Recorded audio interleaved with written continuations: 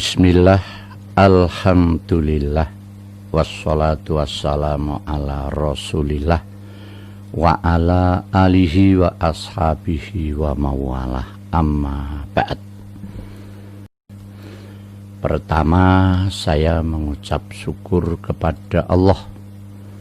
Kedua, sholawat dan salam semoga terlimpah di pangkuan Nabi Agung Muhammad Sallallahu Alaihi Wasallam. Untuk yang ketiga, sekarang kita melanjutkan kajian kita yang lalu. Kemarin kita Kitab Ahkamil Faraidi wal Wasoya. Jadi kemarin hukumnya atau piro-piro hukume bagian lan uga wasiat. Karena bagian itu memang orang satu dengan yang lain sudah ada kriterianya.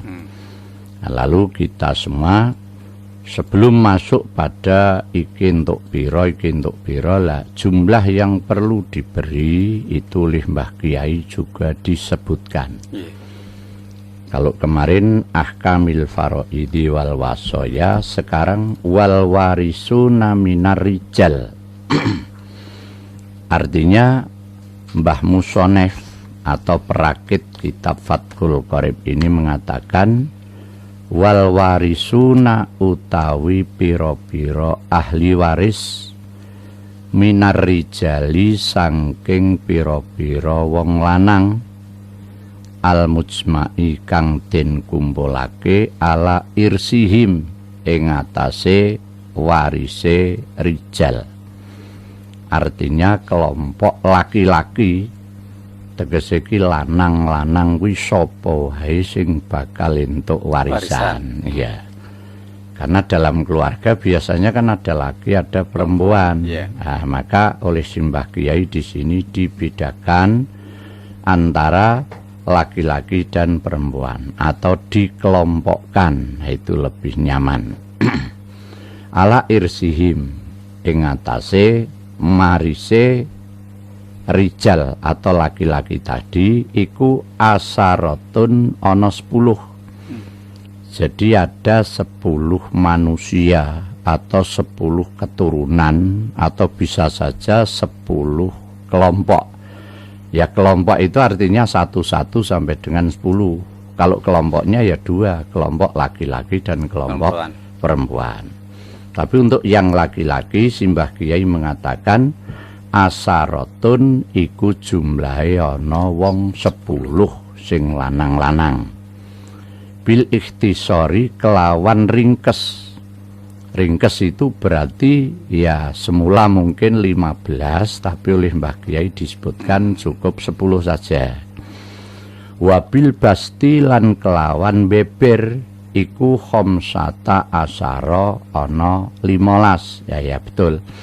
Jadi laki-laki itu mestinya kelompoke ngasih berjumlah 15. Tapi oleh Simbah Kiai cukup disebutkan 10 saja. Apalagi nanti kalau memang semuanya ada, lah itu akan diringkes lagi. Ya, maka orang yang mendapatkan warisan itu kadang-kadang yang terutama adalah anak, istri, atau suami, anak. Itu yang paling pokok. Karena di Indonesia ini nampaknya pembagian warisan sesuai hukum Islam ini agak kurang berlaku. Yang paling berlaku itu biasanya hukum adat malahan. Iya betul. Iya, jadi adat di kampung saya dengan adat yang ada di kampungnya Pak Haji Karno kadang-kadang tidak sama. Iya, bisa berbeda. Tapi kan tidak masalah dalam hukum. Oh, tidak masalah karena al-adah muhakamah juga. Adat itu bisa menjadi hukum. Iya. Nah, meskipun contoh al-adah muhakamah itu ya seperti orang misalnya mau tahu tentang waktu, ini sudah maghrib apa belum. Lah padahal waktunya itu musim hujan, mendung, arloji ndak punya. Misalnya itu radio ndak bunyi karena listrik mati. Nah, kemudian TV juga ndak akan kelihatan. Nah, maka orang untuk menentukan ini sudah maghrib apa belum. Lah biasanya misalnya kalau dia jahit sedina untuk telu, Lah berarti nek entuk telu ki biasane maghrib. Lah iki kok TV, radio kabeh ora muni ngasih jam kok mati. Ke omahe adoh karo wong, karo tangga. Lah dia misalnya agak menjilo.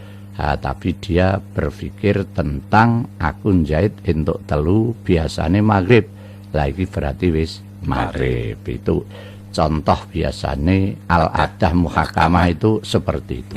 Biasanya memang itu lebih mudah kita pikir ya. Wabil basti khamsata asara.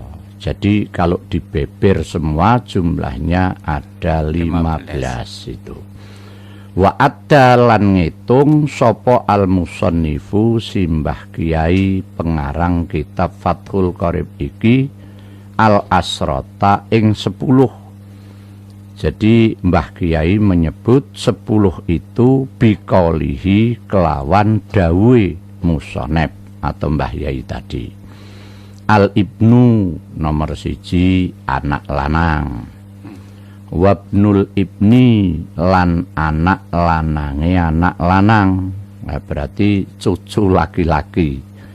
Tapi istilah ning kene wabnul ibni anak lanange anak lanang. Sebab cucu kadang-kadang kan ada cucu dari anak perempuan, ada juga cucu dari anak laki-laki. Ya, maka yang disebut oleh Simbah Kiai untuk kelompok rijal atau kelompok laki-laki di sini adalah pertama ibnu anak laki-laki, kemudian wabnul ibni anak lanange anak lanang. Nah, berarti cucu dari anak laki-laki. Wa insafala lan senajan sak pengisor. Jadi sak pemedun itu berarti ya njur engko buyut sangka putu lanang. Nah mestine ngono. Bar buyut canggah sangka buyut lanang, mestine terus 12 sak pemedun. Nah, karena yang namanya orang itu biasanya ya mulai dari anak, putu, buyut, canggah, wareng, udek-udek, gantung siwur, debok basa, galeh asem. Wah terus sak pemedun atau sak pemunggah ki urutane kalau orang Jawa ya seperti itu. Tapi ini kelihatannya saat ini kesulitan ya kalau sampai turun ke bawah itu. Oh iya, sekarang itu nampaknya simbah wis ora patek kenal. Betul, simbah. Karena simbah itu kan singkatan. Apa? Simbah meh didusi utawa meh dikumbah. Tegese meh disuceni.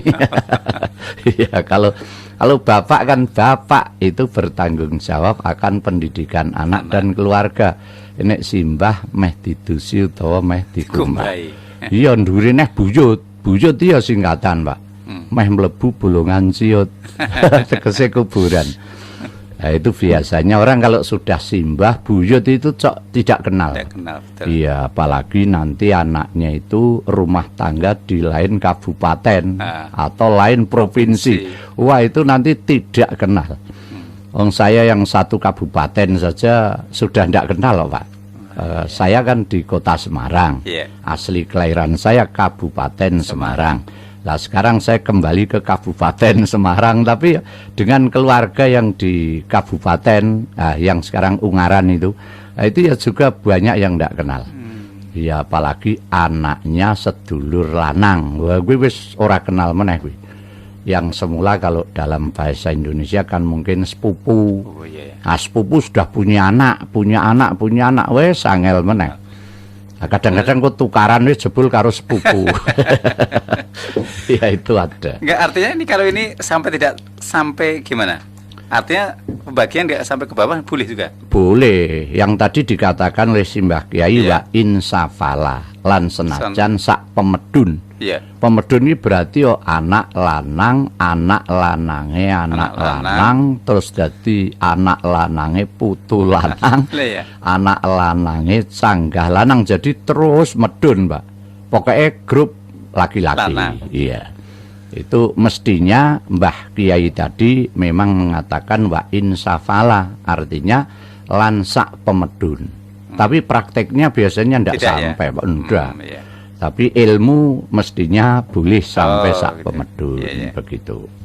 Nah, terus wal abulan bapak wal jadu lan embah, wa in alalan senajan sak pemunggah atau sak pendhuwur sapa mbah.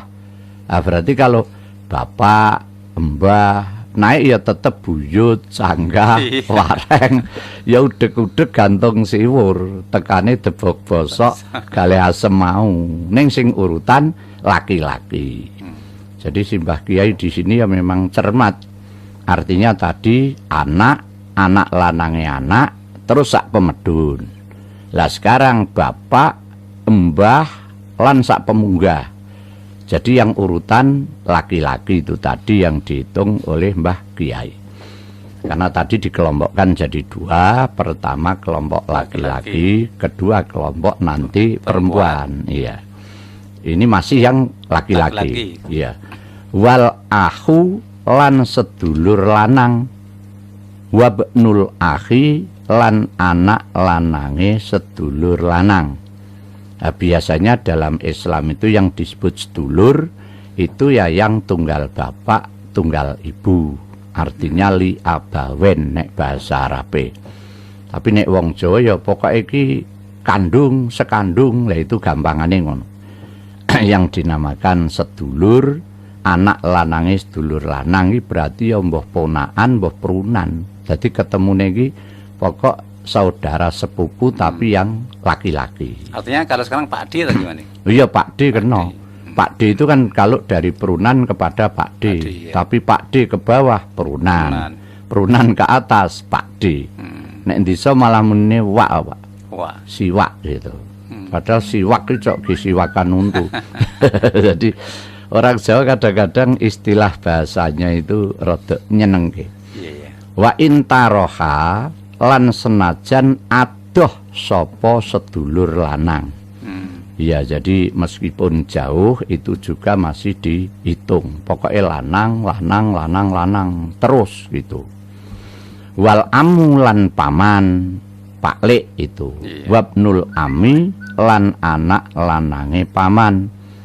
Anak lanange paman ini berarti ya sepupu, Pak. Iya, sepupu. Iya, sama. Iya, Pak D, Pak Lek. Kalau tadi kan perunan. Iya, Pak. Iya. Wa intaba adalan senajan aduh sapa am lan ibnul am.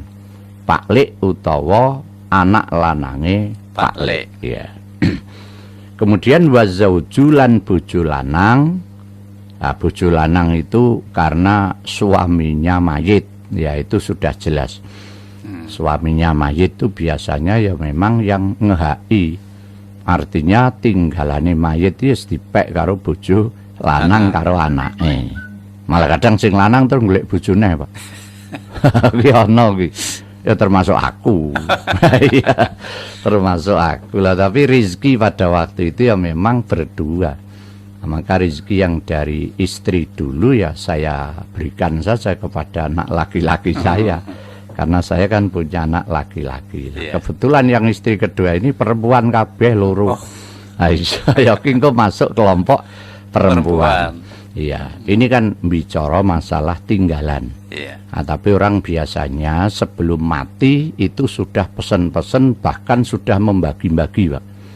Nah, kalau sebelum mati dia kok sudah bagi-bagi, itu namanya bukan warisan, tapi namanya hibah. Oh, bukan wasiat? Ya bukan. Kalau belum mati dia bagi-bagi kan namanya hibah, Pak. Iya, tapi kalau dia misalnya wasiat, engko nek aku mati gek bagi lah, itu namanya wasiat. Tapi rata-rata orang Indonesia itu sebelum mati, anak jumlahnya berapa, harta tinggalannya itu sudah dibagi-bagi. Nah, tinggal nanti yang belum dibagi itu yang menjadi harta warisan.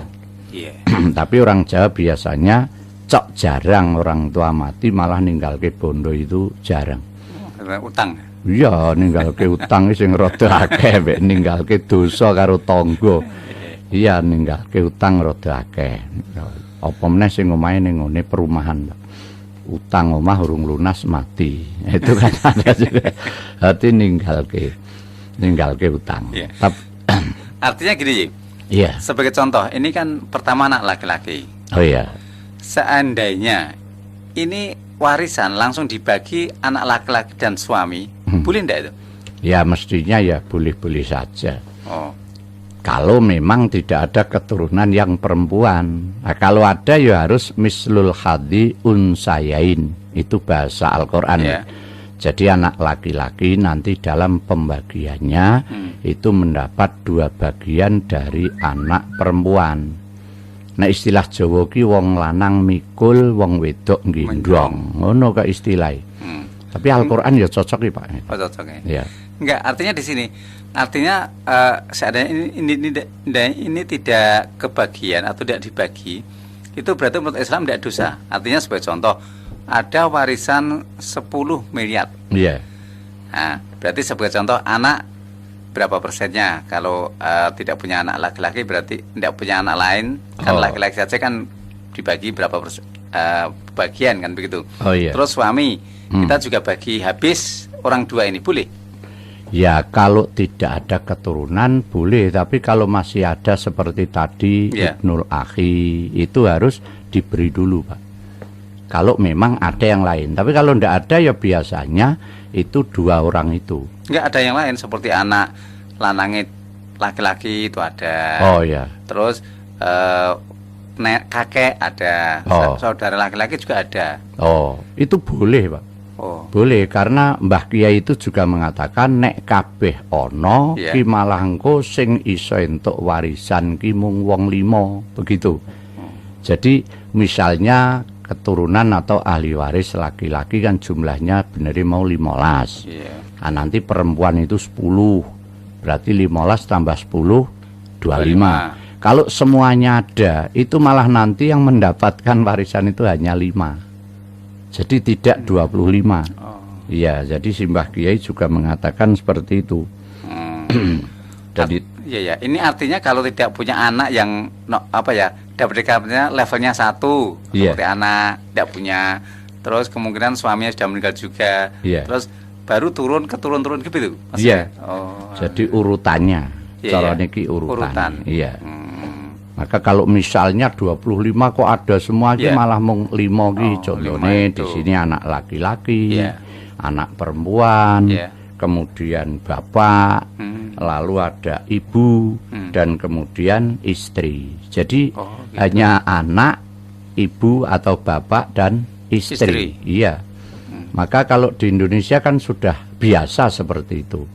Artinya ada keluarga yang meninggal, nanti hartanya yang memiliki ya anak dan istri atau ibu. Kalau yang mati suami ya istri, tapi kalau yang mati istri ya bapak atau suami. Artinya Pak D balik enggak dapat? Iya, enggak usah dikasih. Iya, jadi ya mestinya di Indonesia ini sudah banyak yang Islami, Pak. Ya karena dengan tidak sengaja bapak, ibu atau istri tadi, terus anak, lah itu kan sudah jelas. Ya karena anak laki-laki, anak perempuan. Kalau memang tidak punya anak perempuan ya nanti dipek anak lanang. Maka yang biasa berlaku di Indonesia ini pokoknya sing mati bapak yongko tinggalane dipek simak karo anak-anak. Iya. Jadi tidak usah meremen ke sana-sana. Yang biasanya agak meremen itu kan kalau orang tidak punya anak, Pak. Terus ya suami istri mati kabeh lanjut piye. Lah itu baru dihitung sesuai dengan aturan Islam. Biasanya gitu.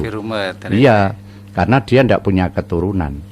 Tapi kalau di Indonesia biasanya kalau punya anak mbuh lanang siji, mbuh mungkin dua anak wedok siji, ya nanti tinggalan mayit itu kabeh wae anak. Iya. Oh, enggak dibagi sesuai dengan porsi Islam gitu? Iya, enggak. Biasanya kalau di Indonesia ya seperti itu. Pokoknya sing isih urip keturunane ya kuwi. Oh iya, otomatis berarti ya. Pokoknya iki kowe anake ya pokoke wae mung kabeh kan. Dadi tangga-tangga atau sedulur ki areng ngeroyok ki isin, Pak. Ya. Ya memang ya napike jane, Pak. Karena yang jerih payah kan ya orang tuanya. Iya, itu kalau menurut logika saja ya ana apike gitu. Memang kalau tidak punya anak memang betul-betul harus diricit sampai bawah berarti. Iya, itu sampai diricit ada mbah ana ora, sedulur lanang ana ora, sedulur wedok ana ora, ponakan ana apa ora ngono itu. Oh gitu. Kadang-kadang orang tidak punya anak kan cok engko ngangkat anak angkat ya atau ngangkat anak lah. anak angkat itu padahal tidak punya Dapat hak waris. Iya, tidak punya hak waris. Nah, tapi di Indonesia biasanya anak angkat dihibahi dulu. Tegese ki ora jeneng waris, sebab apa bapak utawa ibu sebelum mati lah itu sudah memberi dulu kepada anak angkatnya. Oh. Misalnya rumah. Ya. Nang nok iki omah kanggo kowe, wong kowe anak angkat loro. Lah iki ana mobil ya kowe sing duwe. Lah itu biasanya sampai ditulis dan tulisannya itu dikasih metre untuk memperkuat. Lah itu namanya bukan warisan tapi hibah.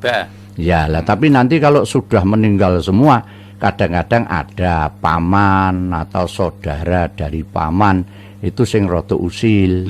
Usile iki ngene, wah kae ora duwe anak, bondone akeh. Ora ngerti ya jebul wis dihibahke maring anak angkat. Oh, ndak ada batasan berapa yang persen yang dibebaskan? Iya, ndak ada. Kalau hibah itu kan bebas. Entah itu semuanya dihibahkan itu sudah sah karena yang namanya hibah kan pemberian, Pak. Lah, kalau waktu hibah itu bapaknya sudah meninggal, Ya, tinggal ibunya saja. Ya bisa saja karena biasa. yang punya hak adalah ibu. Iya.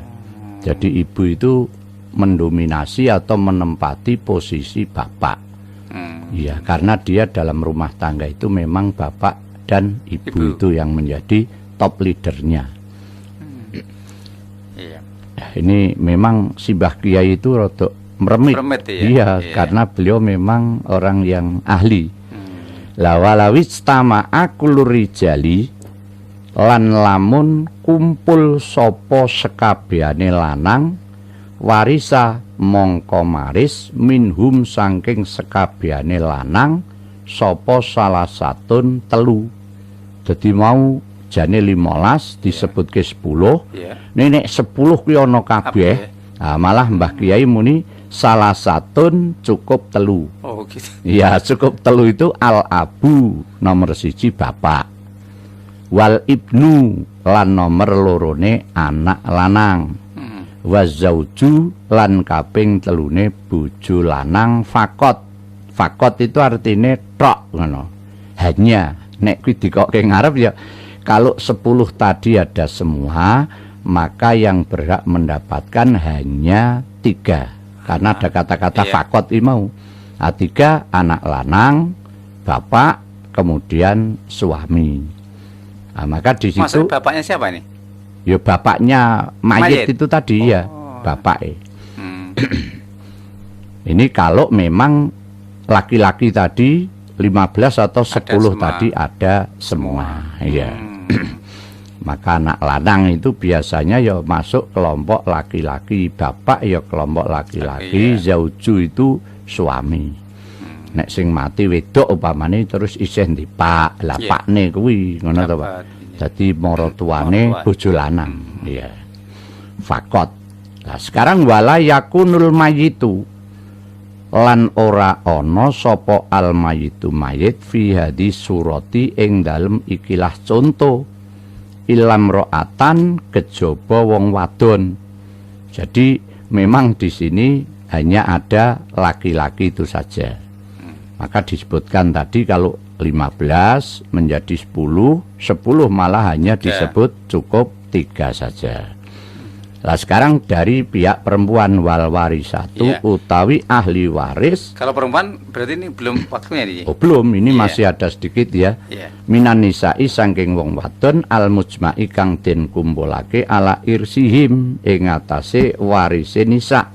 Sabun iku ana 7 bil ikhtisori kelawan ringkes. Nek diringkes wabil basti kelawan di beber asaratun 10.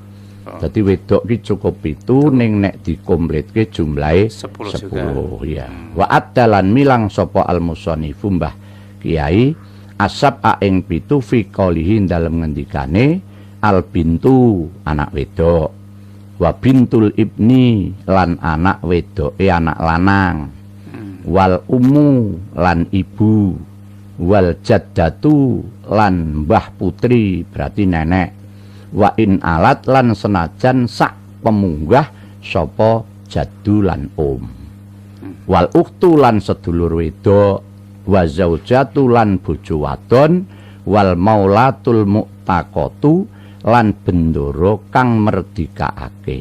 Jadi sama tadi seperti bagian dalam laki-laki, ya maulatul mu'takoh atau bendoro atau majikan sing merdikake maring budak itu.